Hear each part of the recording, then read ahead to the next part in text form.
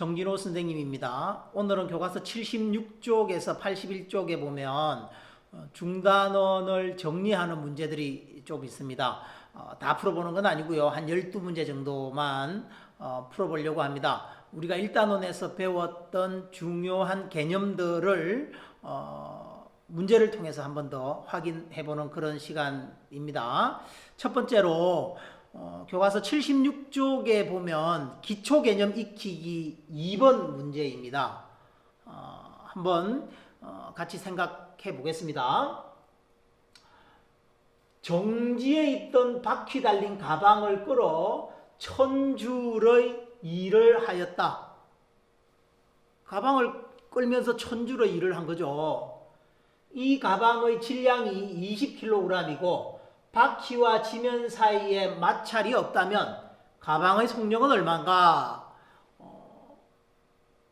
세 줄의 문제가 있는데 이런 거는 그림을 이렇게 그리는 연습을 해보면 문제를 이해하는데 훨씬 더 도움이 됩니다. 가방을 그냥 간단하게 선생님이 이렇게 그리겠습니다. 이런 가방이 있는데요. 정지에 있었습니다. 그죠? 정지에 있다 그랬고요. 여기다가 힘을 주었겠죠? 가방을 힘을 주어서 1000줄의 일을 했어요. 일. 힘이 꼭 이쪽 방향이 아니어도 좋습니다. 어디로 힘을 주든지 간에 이 가방에 해준 일, W는 fs 코사인 세타죠. 그죠?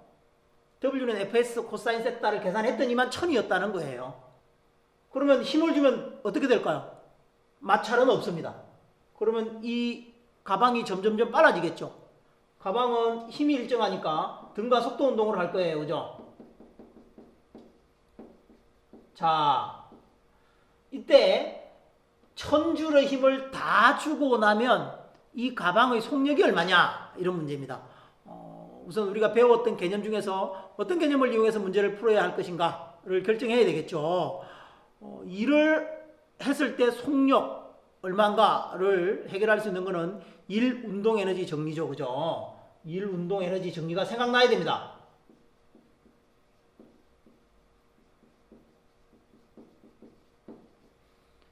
생각 안 나면 문제 못 푸는 거죠. 물론 다른 방법으로 또 고민을 해서 풀 수도 있겠지만 가장 쉽게 풀 수 있는 게 이거죠.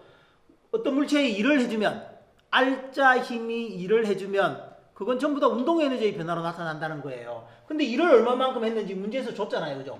1000줄의 일을 했다라고 줬어요. 그래서 일을 해준 게 1000줄이에요. 그놈이 이 가방의 운동 에너지 변화로 나타난다니까요. 나중에 1000줄의 일을 받았을 때 가방의 속력을 V라고 하면 그때 운동 에너지는 2분의 1 mv 제곱이겠죠. 빼기 처음 운동 에너지. 처음에 정지하고 있으니까 운동 에너지가 0이었겠죠. 그죠? 그래서 이렇게 놓고 풀면 되죠.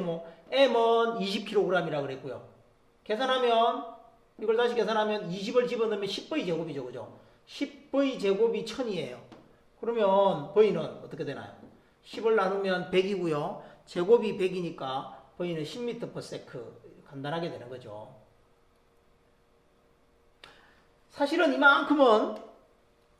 이만큼은 내가 문제를 풀기 위해서 작전을 세우는 거고요. 문제를 실제 푸는 거는 두 줄밖에 안 되는 거죠. 그러니까 사실 이 마지막 문제 푸는 이 과정보다는 이 작전을 세우는 과정이 물리를 더 잘할 수 있는 과정이라고 생각합니다. 이런 연습을 많이 해야 될 거라고 생각합니다.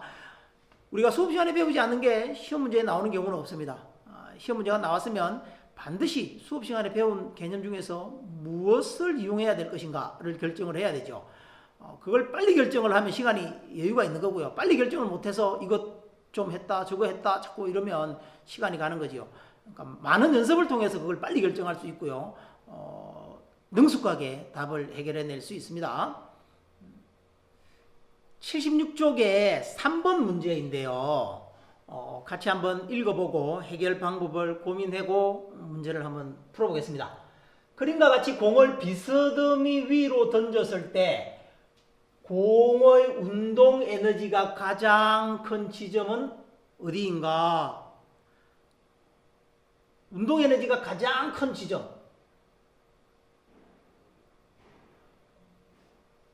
어떤 개념을 이용해서 풀어야 될까요? 이렇게 중력에 의해서 포물선 운동을 하는 이런 문제들은 역학적 에너지 보존 법칙을 이용해야 되겠죠. 그죠?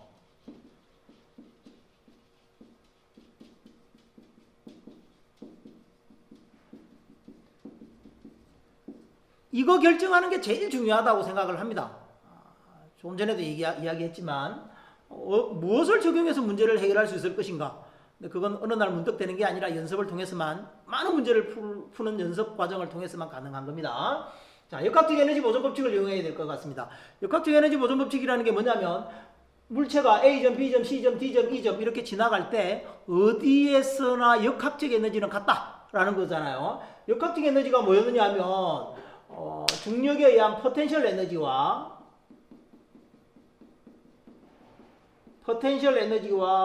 운동 에너지의 합이 역학적 에너지였습니다. 어디서나 그게 같다고요. 그런데 문제에서는 운동 에너지가 제일 큰 지점을 물었죠. 운동 에너지가 제일 큰 지점을 물었으면 다른 말로 하면 포텐셜 에너지가 제일 작은 곳이겠죠. 포텐셜 에너지가 제일 작은 곳에서 이게 제일 클 거잖아요. 왜냐하면 이 두 개의 값은 항상 같을 거기 때문에. 이게 일정하다라는 게 역학적 에너지 보존 법칙이니까 이놈이 제일 크려면 이놈이 제일 작은 곳. 포텐셜 에너지는 mgH고요. 운동 에너지는 2분의 1 mv 제곱인데요. 제일 작은 곳, 아니 제일 큰 곳. 그럼 이게 제일 작아야 돼요. mg는 변하지 않는 값이니까 h가 제일 작은 곳을 찾으면 되죠. 여기를 기준으로 보면 h가 제일 작은 곳은 a점하고 e점이죠. a점하고 e점이 h가 제일 작으니까 a점하고 e점이 포텐셜 에너지가 제일 작을 테고, 포텐셜 에너지가 제일 작은 곳에서 운동 에너지는 제일 크겠죠. 그래서 a점과 e점이라고 생각합니다. 선생님이 기준점을 여기로 잡았었는데, 선생님 기준점을 그게 아니고 예를 들면 B나 D점, 이 지점을 잡아도 기준점을 여기를 잡아도 A점과 E점이 포텐셜 에너지가 제일 작습니까? 제일 작죠. B점과 D점은 포텐셜 에너지가 0 될 거고요. 왜냐하면 여기가 기준이면 요거는 H값이 있는 거고요. 그죠? 이거는 H값이 음수잖아요. A나 E 값은 H값이 음수 나오기 때문에 mgh 마이너스 에너지를 갖는 거예요. 마이너스 에너지를. 그러니까 여기를 기준으로 잡았어도 A나 E 지점의 포텐셜 에너지가 제일 작고, 다른 말로 하면 운동 에너지가 제일 큰 거죠. 그래서 답은 A점, E점이 될 것 같습니다. 좀 더 분석적으로 살펴봐도 똑같아요. 이게 속력이 V이고 요 각이 셌다면 X방향으로는 V 코사인 세타의 속력으로 움직인다 그랬고요. Y방향은 V 사인 세타의 속력으로 움직인다 그랬으니까. 그죠? 여기서는 V 코사인 세타만 갖고 있고요. V 사인 세타는 0 돼버렸죠. 그러니까 여기서 운동 에너지는 요 놈의 운동 에너지, 요 놈의 운동 에너지, 요쪽으로 운동 에너지, 요쪽으로 운동 에너지를 다 갖고 있겠죠. 사실 그걸 합하면 2분의 1 mv 제곱이에요. 근데 여기서는 이쪽 방향 운동 에너지가 사라졌잖아. 이 V 코사인 세타는 늘 일정한 값을 갖는다 그랬으니까 변함이 없고요. 여기서도 V 코사인 세타예요. 여기서 V 코사인 세타고요. 여기서도 V 코사인 세타고요. 여기서도 V 코사인 세타겠죠. X 방향으로 이동할 때 속력은 변하지 않는다 그랬는데, 근데 Y 방향으로는 위로 올라가면 속력이 점점 느려지잖아. 여기서는 0, 여기서는 다시 빨라지고요. 그러니까 위로 올라가면 올라갈수록 운동 에너지가 줄어드는 거죠. 밑으로 내려올 때 다시 운동 에너지가 커지는 거죠. 그런 이야기를 할 수 있습니다. 답은 A와 E입니다. 76쪽에 있는 4번 문제도 한번 풀어보겠습니다. 선생님이 문제를 화면에 띄우지 못했는데요. 4번 문제 한번 풀어볼게요. 무게가 20N인 추가 길이가 1m인 줄에 매달려 왕복 운동하고 있다. 그림으로 한번 그려보면 좋다 그랬죠. 이렇게 왕복 운동하고 있는 거예요. 이렇게 왕복 운동하고 있어요. 무게가 얼마? 무게가 20N이니까 무게라는 것은 mg예요. 그죠? mg가 20N인 추가 실의 길이가 얼마? 1m예요. 1m. 1m에 매달려서 왕복 운동하고 있다.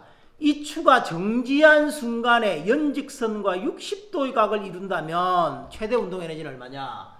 정지한 순간이 어딘가요? 이게 왕복 운동을 하면 어디서 정지하죠? 이 끝에서 정지하죠. 여기나 여기에서 정지해요. 그럼 여기나 여기가 정지하는데 그때 이 각이 얼마나 그랬나요? 60도라고 그랬어요. 60도처럼 안 보이지만 60도라고 해보겠습니다. 그때 최대 운동 에너지는 얼마냐 물었어요.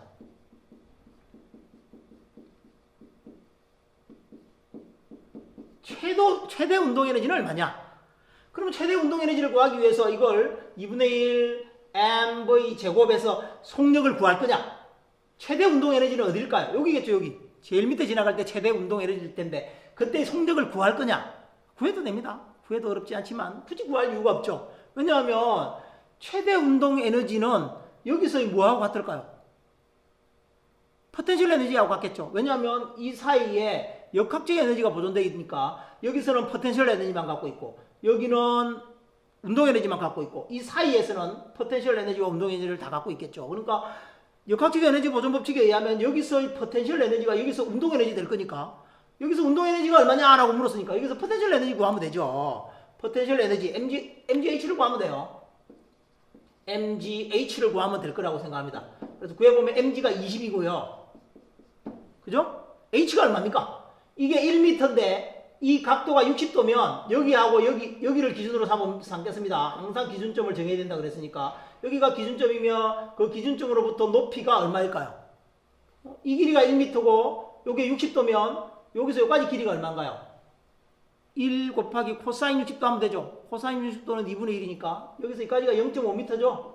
0.5m니까 요 길이도 0.5m예요. 그림이 좀 이상해 보이지만 각이 너무 작아서 그래요. 그래서 h가 0.5m예요. 그래서 0.5 계산하면 10 뉴턴미터. 뉴턴미터가 줄입니다. 그죠? 10줄 되겠죠. 그래서 답은 10줄입니다. 이 문제는 최대 운동 에너지를 구하라고 했지만 사실은 포텐셜 에너지 최대값을 구해버려도 되는 거죠. 운동에너지 77쪽에 있는 1번 문제를 한번 보겠습니다. 개념 확인하기입니다. 지면에서 30도의 각으로 공을 비스듬히 위로 던져 5m 담장을 넘기려고 한다. 처음 속력 V0를 적어도 얼마로 해야 할까? 그림을 한번 그려보면 여기서 물체를 던지는데요. 비스듬히 던집니다. 처음 속력 V0를 얼마로 해야 이렇게 포물선 운동을 하는데 얼마짜리? 높이가 5m 되는 담장을 넘어갈 수 있을 것이냐. 속력이 작으면 여기 와서 떨어지겠죠. 속력이 크면 물론 이렇게 당연히 넘어갈 수도 있는 거죠. 그죠? 근데 얼마 되면 5m 담장 최소한 넘어갈 수 있을 것이냐. 그죠? 그거 묻는 거예요. 중력 가속도는 10이고 공기 저항은 무시한다고 했고요. 각은 30도라고 했습니다. 이렇게 포물선 운동을 하면 X축과 Y축으로 나누어서 생각을 하는 게 기본이라고 그랬습니다. 그런 생각을 해야 합니다. 자, 이 문제를 어떻게 해결할 수 있을까요? 여러 가지 해결 방법이 있을 거라고 생각을 하는데요. 역학적 에너지 보존 법칙을 가지고도 해결할 수 있을 거라고 생각합니다. 여기서 뭐가? 여기서 운동 에너지가. 여기 가면 전부 다 뭘로 바뀔까요? 기준점을 여기로 잡습니다. 지금 기준점을 여기로 잡으면 여기서의 운동 에너지가 여기에 가면 전부 다 뭘로 바뀔까요? 포텐셜 에너지로 바뀔까요?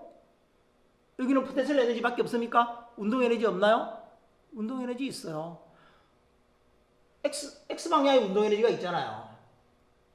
포텐셜 에너지도 있고 X방향의 운동 에너지가 있잖아요. 그래서 여기서의 운동 에너지는 여기서의 운동 에너지 이거랑 다른 겁니다. 더하기 포텐셜 에너지 한 값하고 같겠죠. 한번 계산해 볼까요? 여기서 운동 에너지 얼마입니까? 여기서 운동 에너지 2분의 1 mv 제곱이잖아요. 2분의 1 m v0의 제곱은 여기서의 운동 에너지는 얼마인가요? 요 속력을 알아야 되겠죠. 요 속력은 V0 곱하기 코사인 30도입니다. 이쪽은 그죠? V0 곱하기 코사인 30도. 코사인 30도는 2분의 루트 3입니다. 그죠? 이쪽 방향의 속력은 얼마인가요? V0 사인 30도죠. 사인 30도는 2분의 1. 그래서 V0 곱하기 2분의 1만큼의 속력일 겁니다. 그래서 요 놈의 운동 에너지는 어떻게 계산하나요? 2분의 1 m 요거의 제곱이겠죠. 제곱하면 얼마인가요? 4분의 3의 V0의 제곱. 4분의 3의 V0의 제곱 더하기 포텐셜 에너지. 포텐셜 에너지가 얼마인가요? 5m라고 그랬으니까 mg 곱하기 h 이러면 되죠. 그죠? mgh 이러면 되죠. g는 10이라고 그랬고요. 자, 모든 곳에 m이 있잖아요. 모든 곳에 m이 있으니까 m 없애면 되죠. 그러면 이거는 2분의 1 V0의 제곱이고 이거는 8분의 3 V0 제곱입니다. h를 구하기 위해서 이게 넘어가야 되겠죠. 2분의 1하고 8분의 3을 통분하면 8분의 1이죠. 맞죠? 8분의 1 m은 없어졌고요. 8분의 1 V0의 제곱이 gh. g가 10이고요. 그죠? h가 얼마? 5라 그랬네요. 5. 아, 우리 h를 구할 게 아니네요. 그죠? v를 구하는 거죠. 그래서 V0의 제곱을 계산하면 얼마인가요? 400이네, 400. 아닌가요? 400 맞죠?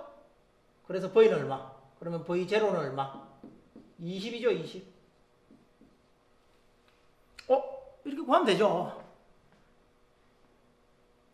맞죠?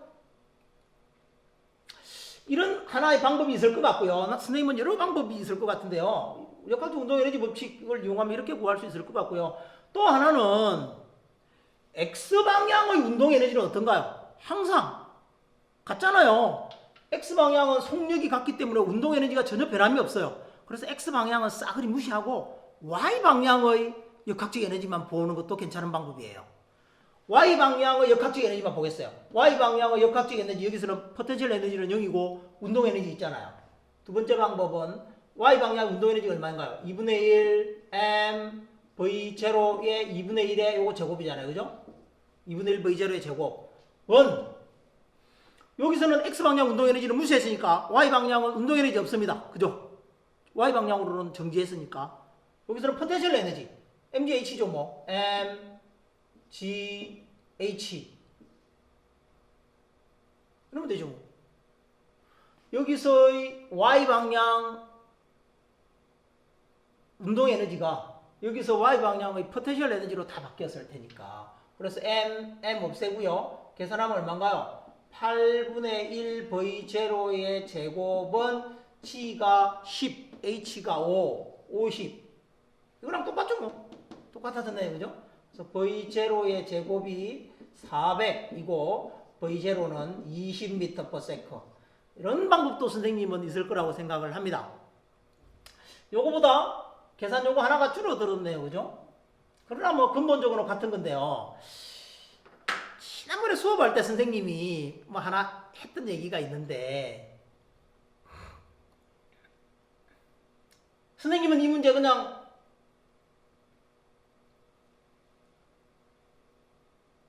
간단하게 V0가 20이라는 걸 알아낼 수 있을 것 같아요. 왜냐하면 5m를 올라갔습니다.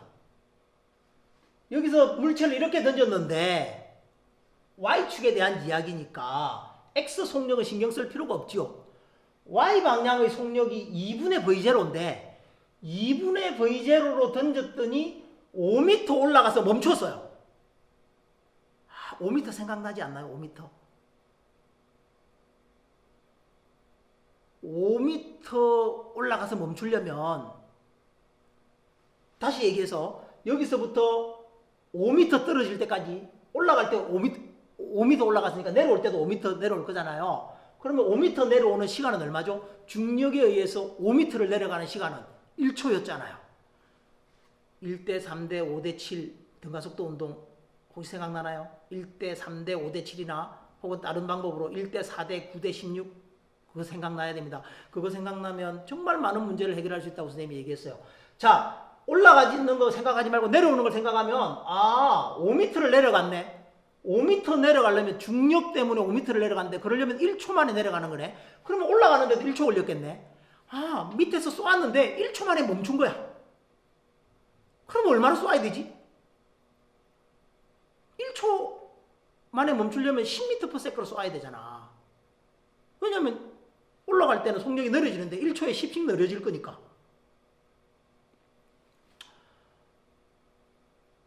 수학적인 방법으로 물리를 자꾸 풀라 그러면 이해가 어렵고요. 물리적인 걸 자꾸 생각하는 사람은 이게 훨씬 쉬울 수 있습니다.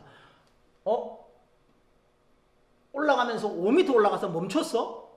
그러면 쏘는 속력이 10m여야 되는구나. 이렇게 쏘는 속력이 10m/s로 쏘면 1초 만에 멈추지.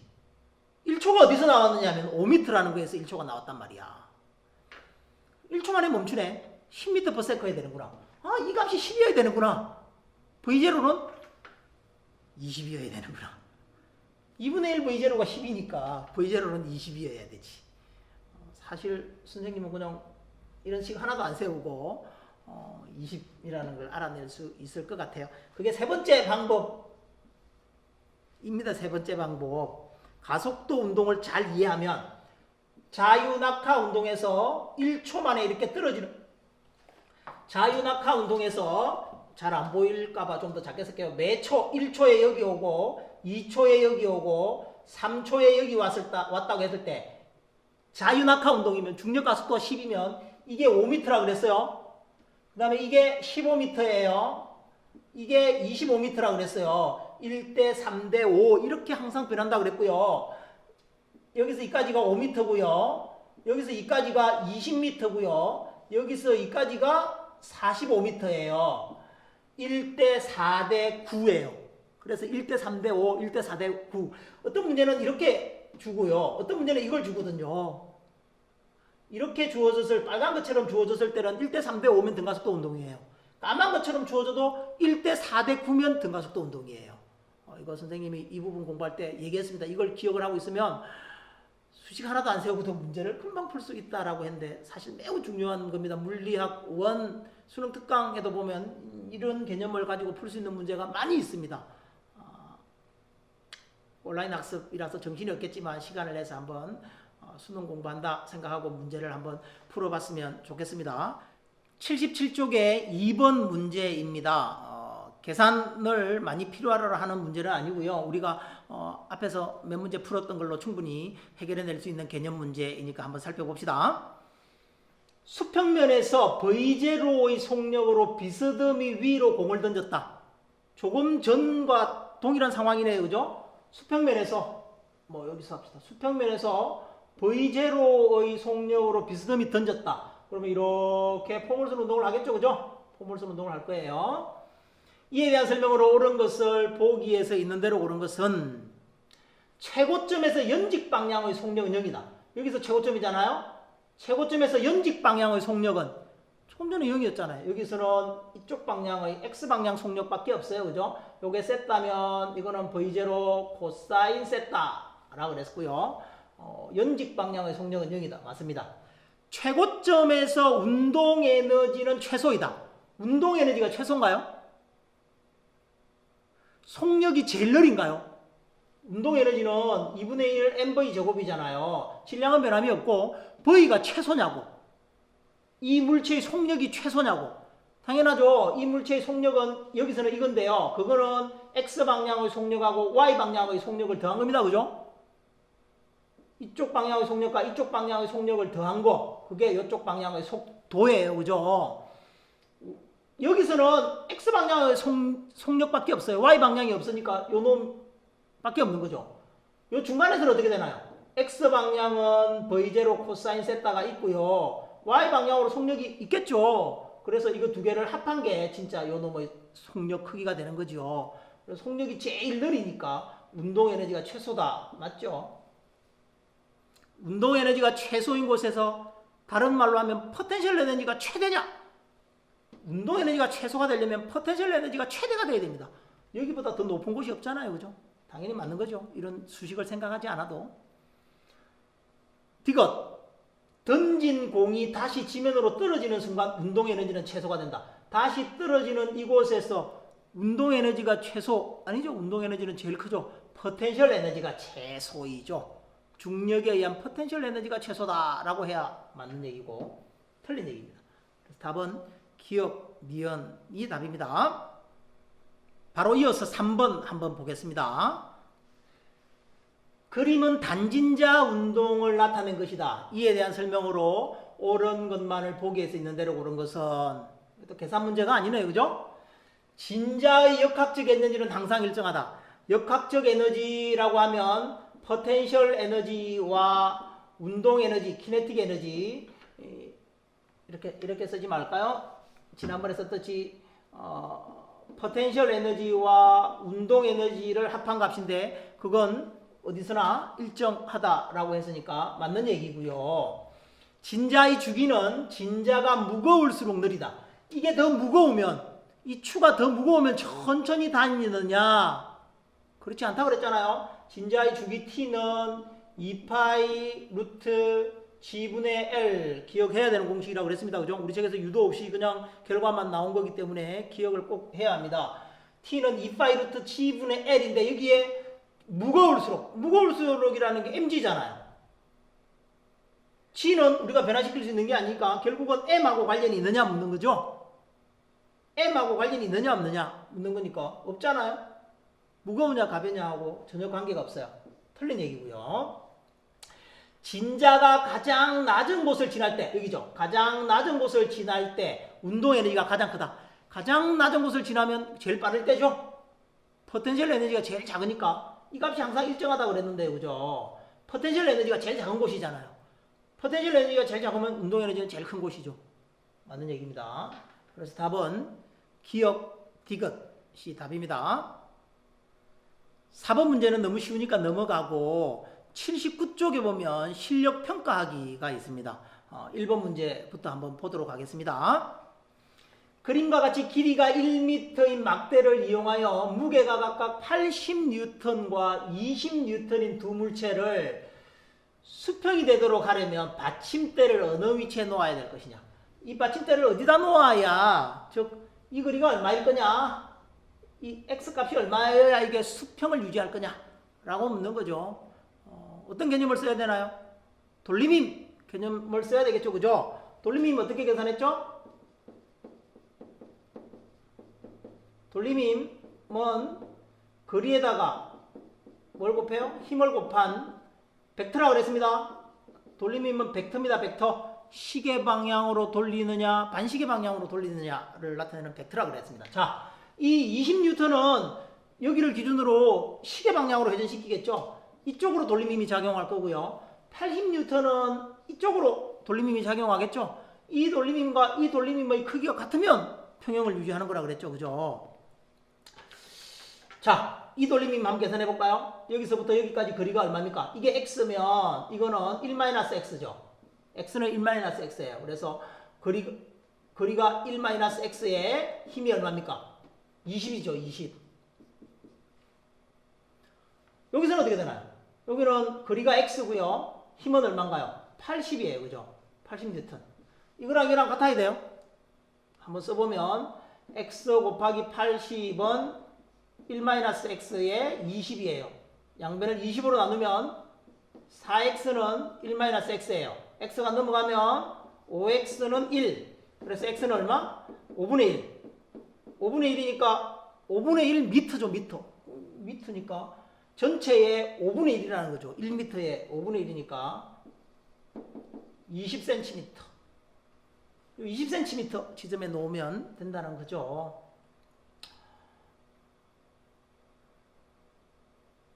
이렇게 풀면 되는데요. 이런 문제는 사실 이렇게 풀지 않아도 이렇게 지웁니다. 이렇게 풀지 않아도 뭐 쉽게 우리가 유추해 볼 수 있죠.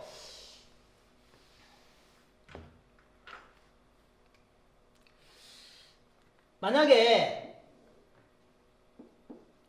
여기 이거 10N짜리가 있고 여기도 10N짜리가 있다고 한번 해봅시다.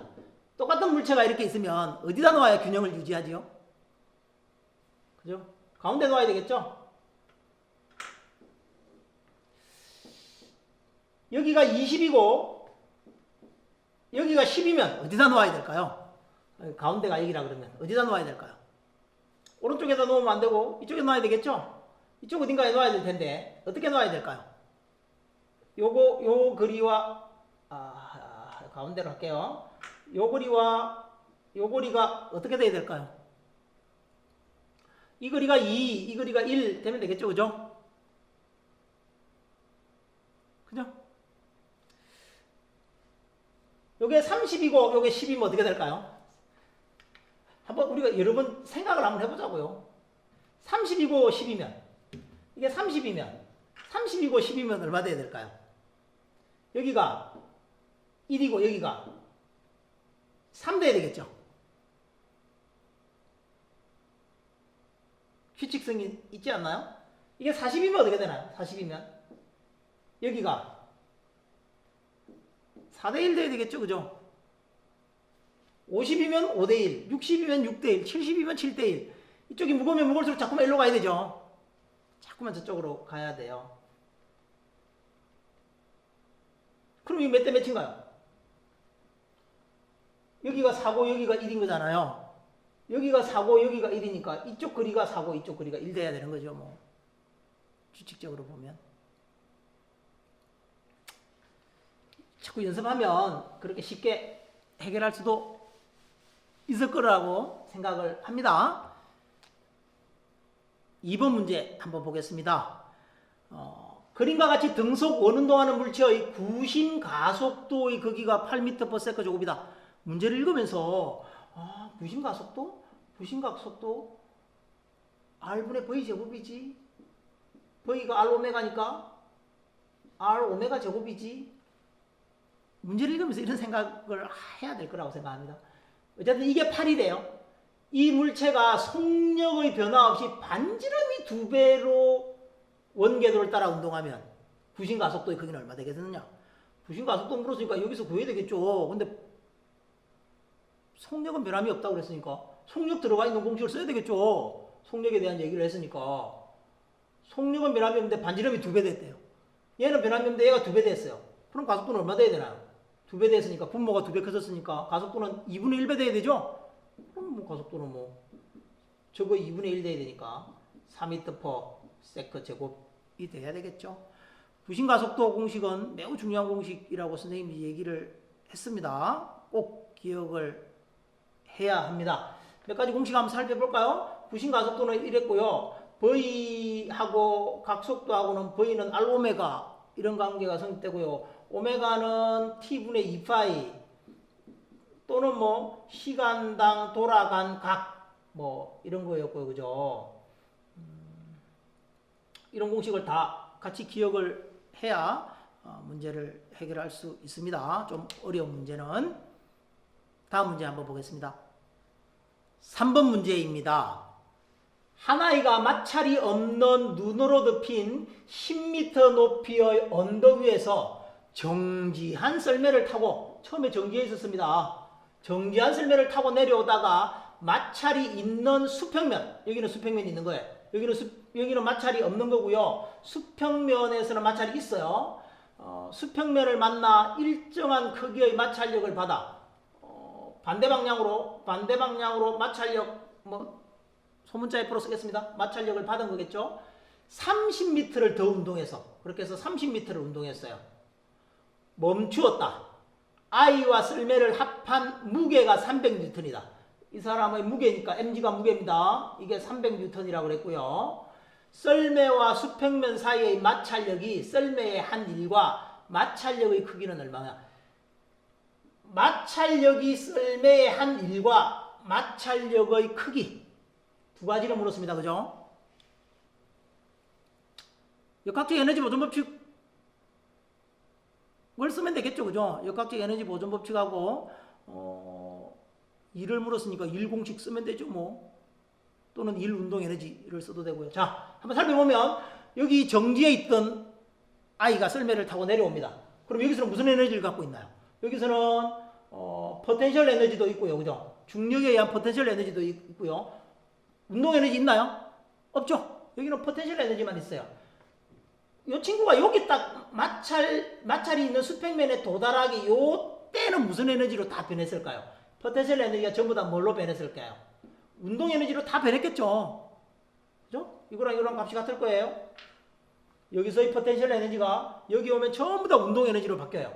그런데 여기 오면 운동 에너지가 얼마예요? 0이에요. 포텐셜 에너지도 얼마? 포텐셜 에너지도 0. 운동 에너지도 0.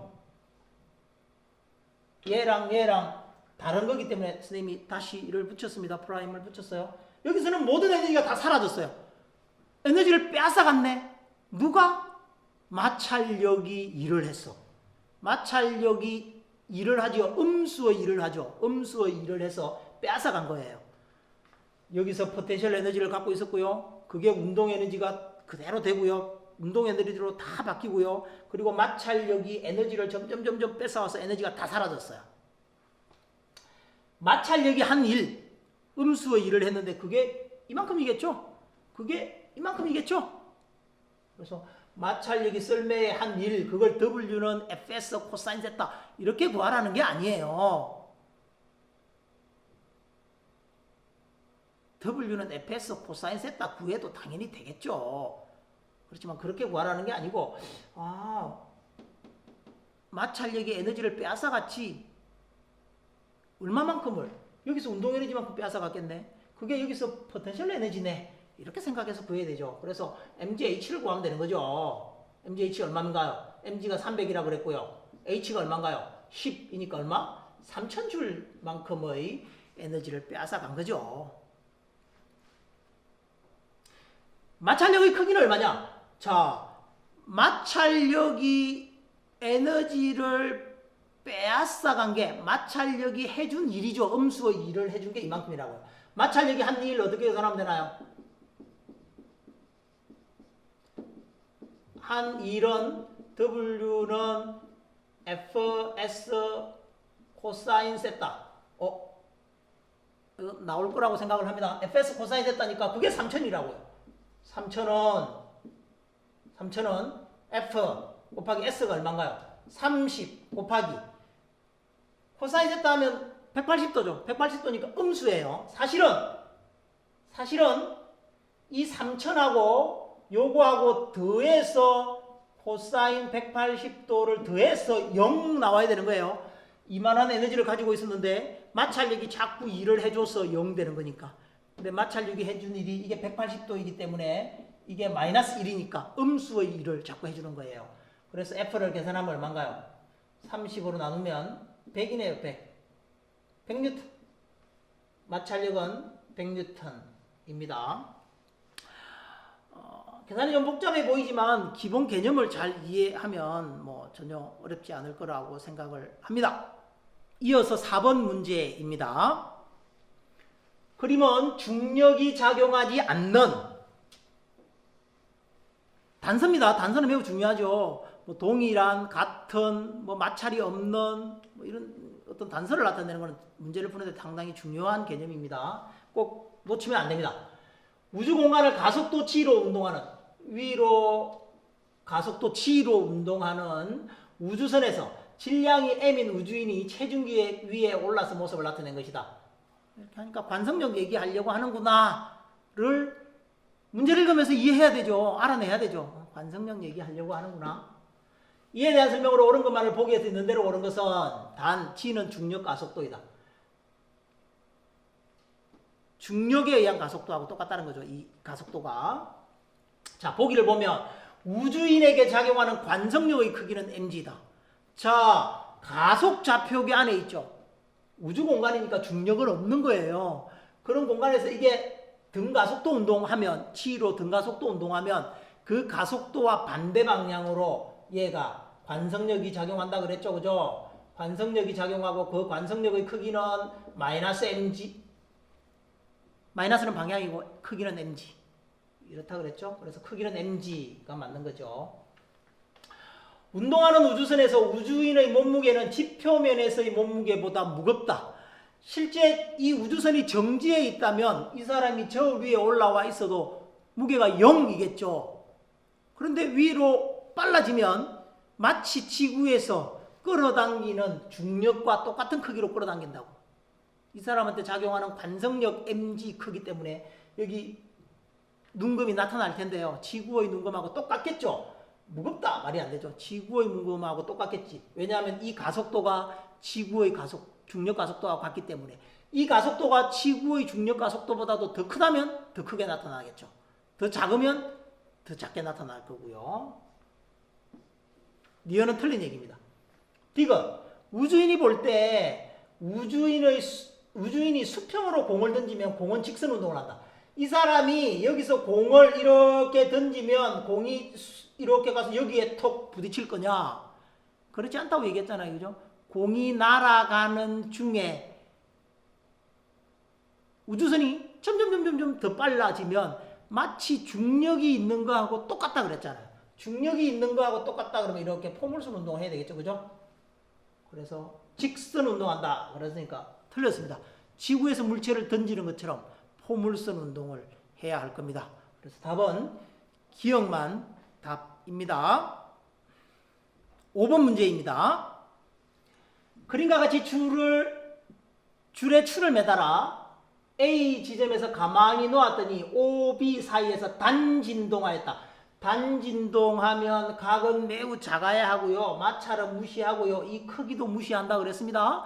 단진동한다 그랬으니까 주기 t는 2파이 루트 g분의 L 머릿속에 1초 동안 지나가야 될 거라고 생각합니다. 이게 물론 문제에서 필요할지 안 할지 모르겠지만 그래도 단진동 그러면 공식 하나 등장하는데 당연히 기억을 해야 될 거라고 생각합니다. 추운동에 대한 설명으로 옳은 것을 보기 위해서 있는 대로 옳은 것은 셋다는 매우 작고 모든 마찰을 무시한다. 단진동한다 라는 말 속에 이미 들어있는 얘기죠. 저런 단서는. 자, 기억. 줄의 길이를 2배로 하면 주기도 2배가 된다. 주기에 대한 얘기가 있으니까 이 공식이 생각 안 나면 못 풀겠죠. 길이가 2배 되면 주기는 루트 2배 돼야 된다. 그래야 되겠죠. 틀린 얘기고요. 5점을 지날 때 역학적 에너지가 최대다. 5점을 지날 때 역학적 에너지가 최대다. 그랬으니까 틀렸습니다. 여기나 역학적 에너지는 같다 그랬어요. 뭐가 최대인가요?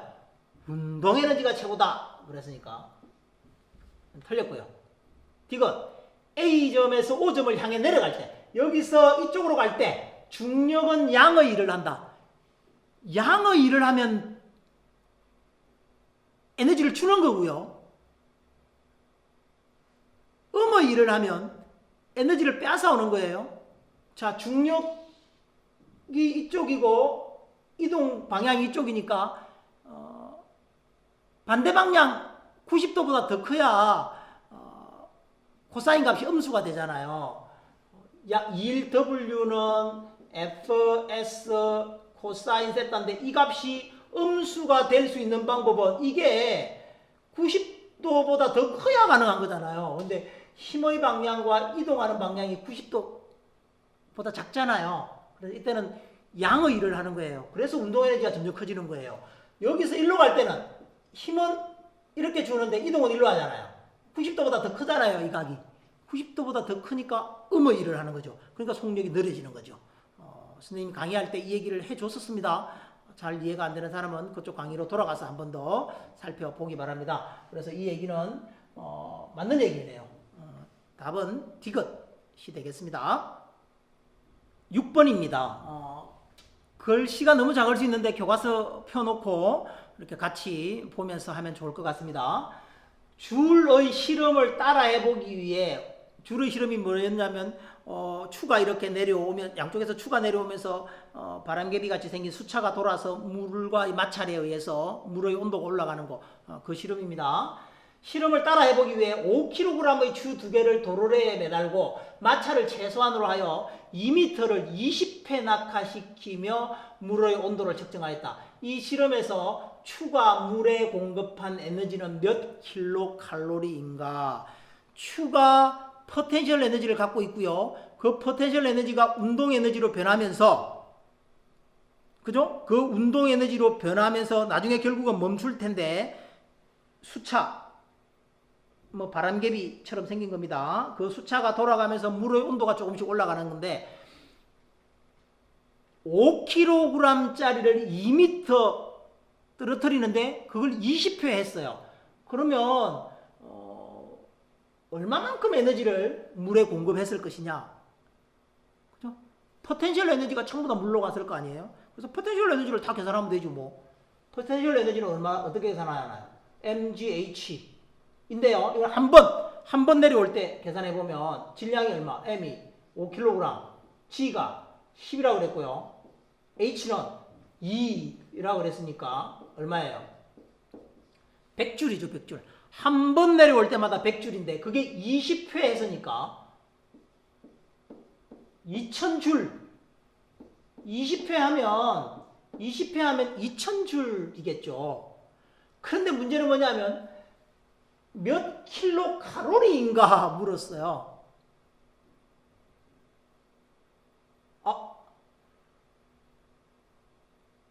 2000줄이 아니네요. 왜냐하면 두 개네요, 두 개. 한 개 할 때 그렇습니까? 두 개를 20회 하면 이게 4000줄이 돼야 되네요. 그죠? 4000줄. 그런데 문제에서는 킬로 칼로리를 물었으니까 이걸 칼로리를 바꿔야 돼요. 여러 일당량을 알아야 되죠. 1칼로리하고 4.2주라고 왔다 그랬습니다. 그죠? 그러면 주를 칼로리로 바꾸려면 4.2를 나눠야 되는데 우리 책에서는 4라 그랬잖아요. 간단히 4로 계산하라 그랬으니까 주를 칼로리로 바꾸려면 이걸 4로 나누면 되죠. 이건 얼마예요? 1000칼로리죠. 여기서 몇 킬로 칼로리냐고 물었으니까 1000이 킬로잖아요. 그러니까 얼마? 1킬로 칼로리라고 이렇게 써야 답이 맞겠죠. 답은 1킬로칼로리입니다. 81쪽에 7번 뭐 핵심 역량 키우기 이런 문제가 있는데 8번 문제와 9번 문제는 뭐 어렵지 않은 문제들이니까 여러분들이 한번 풀어보고요. 7번 문제는 우리가 자전거 탈 때 내가 머리로 몰라도 몸은 그렇게 움직이고 있는 그런 상황입니다. 자전거 기어를 바꾸는 건데 한번 살펴볼게요. 기어가 장착된 자전거는 평지에서 달릴 때는 고속 기어를 사용하고 언덕을 올라갈 때는 저속 기어를 사용한다. 자전거 앞 페달 쪽과 그 다음에 뒷바퀴 쪽에 기어가 있잖아요. 그죠? 고속기어, 평지에서는 고속기어를 쓴다고 그랬어요. 평지에서는 고속기어를 쓴다고 그랬는데 고속기어는 어떻게 되어 있는 걸까요? 예를 들면 뒷바퀴에 뭐 기어를 선생님이 이렇게 그릴게요. 뒷바퀴에 이렇게 기어가 있고요. 앞바퀴에도 뭐 앞바퀴는 사실 뒷바퀴보다 더 큰데 뒷바퀴는 더 많이 있고요. 그죠? 두 개만 그리겠습니다. 이게 뒷바퀴고 이게 앞바퀴면 고속기어는 어떻게 체인이 연결돼야 되나요? 고속기어는 선생님이 우리 자전거 탈 때 페달을 한 바퀴만 돌렸는데도 뒷바퀴는 한 바퀴 돌리면 멀리 가잖아요. 고속기어는 내가 천천히 돌려도 휙 가잖아요. 그러려면 나는 페달을 한 바퀴 돌렸는데 뒷바퀴는 여러 바퀴가 돌아야 멀리 가겠죠. 그러려면 이렇게 연결돼야 되겠죠. 이렇게. 이게 한 바퀴 돌아가는 사이에 얘는 여러 바퀴를 돌아가는 거죠. 실제 바퀴가 이렇게 크니까 이게 5바퀴 돌았다 그러면 이 큰 바퀴가 5바퀴 돈 거니까 빨리빨리 가겠죠. 고속기어는 이렇게 체인을 연결하는 겁니다. 그러면 오르막에서는 어떤 걸 쓴다고요? 저속기어를 쓰겠죠. 그죠? 저속기어는 어떻게 연결해야 될까요? 그러면 여기다 똑같이 하나 그려볼까요? 이렇게 그리고 이렇게 뭐 한번 그려봅시다. 저속기어는 어떻게 그려야 돼요? 오르막 올라갈 때 어떻게 되나요? 우리가 막 페달은 엄청 빨리빨리 밟죠. 빨리빨리 밟아도 뒤에 거는 조금씩 올라오는 거잖아요. 내가 막 엄청 여러 바퀴 돌렸는데도 1m도 못 갔잖아요. 그죠? 그렇게 되려면 어떻게 돼야 되겠어요? 이렇게 연결해야 되겠죠. 이렇게. 요건 작고 이건 큰 데다 연결해야 되겠죠. 그래서 고속기어는 이렇게 연결하고요. 저속기어는 이렇게 연결합니다. 자전거 탈 때 이거 머릿속으로 생각해서 자꾸 하려고 그러면 못 바꿔요. 우리 이미 다 알고 있어요. 머리로 생각하기 전에 자전거 탈 줄 아는 사람은 척척 알아서 바꿉니다. 이렇게 해서 평지에서 달리고요. 오르막 올라갈 때는 이렇게 달려요. 자, 언덕을 올라갈 때 저속기어를 사용하면 올라가기 쉬운 까닭이 뭐냐? 이렇게 사용하면 언덕에서 이렇게 하면 진짜 3m도 못 가서 멈춰요. 좀 가파른 언덕에서는 3m도 못 가서 멈춰버리고요. 내려야 되고요. 이렇게 하면 올라가요. 속력은 느리지만 꾸역꾸역 올라가요. 왜 그게 가능할까를 묻는 거예요. 돌림힘 얘기죠. 그죠? 돌림힘. 간단하죠? 체인이 여기서 예를 들면 이거 페달입니다. 페달이 이걸 돌리면 저쪽 반대쪽은 안 그랬어요? 페달을 내가 밟아서 돌리면 체인이 이걸 이렇게 끌어당기는 거죠. 그죠? 체인이 이렇게 끌어당기는 거죠. 내가 이 페달에 줄 수 있는 힘은 정해져 있죠. 나의 몸무게에 의해서 딱 정해져 있어요. 그걸 더 크게 할 방법은 없어요. 한계점을 더 크게 할 방법은 없어요. 지구가 나를 끌어당기는 몸무게보다 더 세게 누를 방법은 없어요. 그래서 어쨌든 그 최대값을 낸다고 가정했을 때 축으로부터 거리가 어때요? 작고 여기는 축으로부터 거리가 멀잖아요. 축으로부터 거리가 작은 곳에 힘을 줄 때하고 축으로부터 거리가 먼 곳에 힘을 줄 때 어디가 제일 잘 돌아간다고? 토크가 돌림힘이 여기가 더 큰 거죠. 이 뒷바퀴를 돌리지 못하면 멈추게 되는 거고 내려야 되잖아요. 돌리기만 하면 뒷바퀴가 조금씩 움직이기만 하면 올라갈 수 있는 거니까 축으로부터 거리가 먼 곳에 힘을 축으로부터 거리가 가까운 곳에 힘을 주는 것보다 먼 곳에 주면 바퀴를 돌릴 수 있는 거죠. 그래서 오르막에서는 이렇게 기어를 바꾸는 겁니다. 한번 곰곰이 생각을 해보세요. 오늘은 여기까지 12문제 정도 되는 것 같은데요. 1단원을 마무리하는 그런 문제를 좀 풀어봤습니다. 교과서 문제가 잘 풀린다고 해서 수능 특강이나 뭐 이런 문제집에 있는 문제가 잘 풀리지는 않을 겁니다. 왜냐하면 문제집 같은 데는 조금 더 복잡한 문제들이 나오니까. 그러나 연습을 통해서 여러분들이 충분히 잘할 수 있을 거라고 생각합니다.